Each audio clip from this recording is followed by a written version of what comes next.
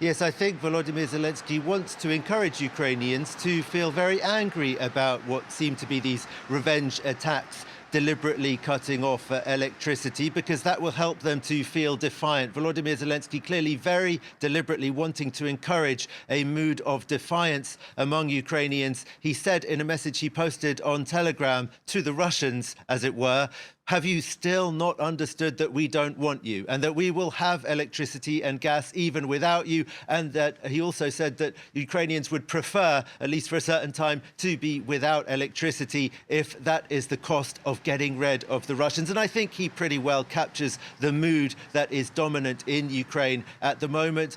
It is, though, a mood that is tempered a little bit by fears that there could be more targeting of civilian infrastructure in response to these extraordinary battlefield gains that the Ukrainian army has been registering over the last 5 days.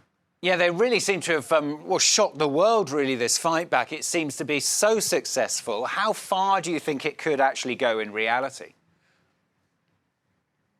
Well, the most important thing, perhaps, to underline about its success is that in taking Izium in the southern part of Kharkiv region, the Ukrainians have taken the Russians' main platform for their offensives, trying to take the rest of Donetsk region. That means that even though the Russians are still able to attack the as yet unoccupied parts of Donetsk region from the south, they can't complete that attack. They can't do the pincer movement coming in from the north. They wouldn't be likely to be able to hold any territory that they might be able to take control of in Donetsk region. So it's scuppered their chances in the short and medium term, at least, of pursuing their aim of taking control of the whole of the Donbass. It does now look much more likely that Ukraine is going to keep the initiative and that the story going forward is going to be of Ukraine liberating more and more territory. Already, the governor of Luhansk region, the other half of the Donbass, has said that Ukrainians can expect in the coming days good news as settlements in Luhansk region are liberated. But military experts are trying to temper expectations a little bit, because clearly the Ukrainian army, no army, could maintain this kind of pace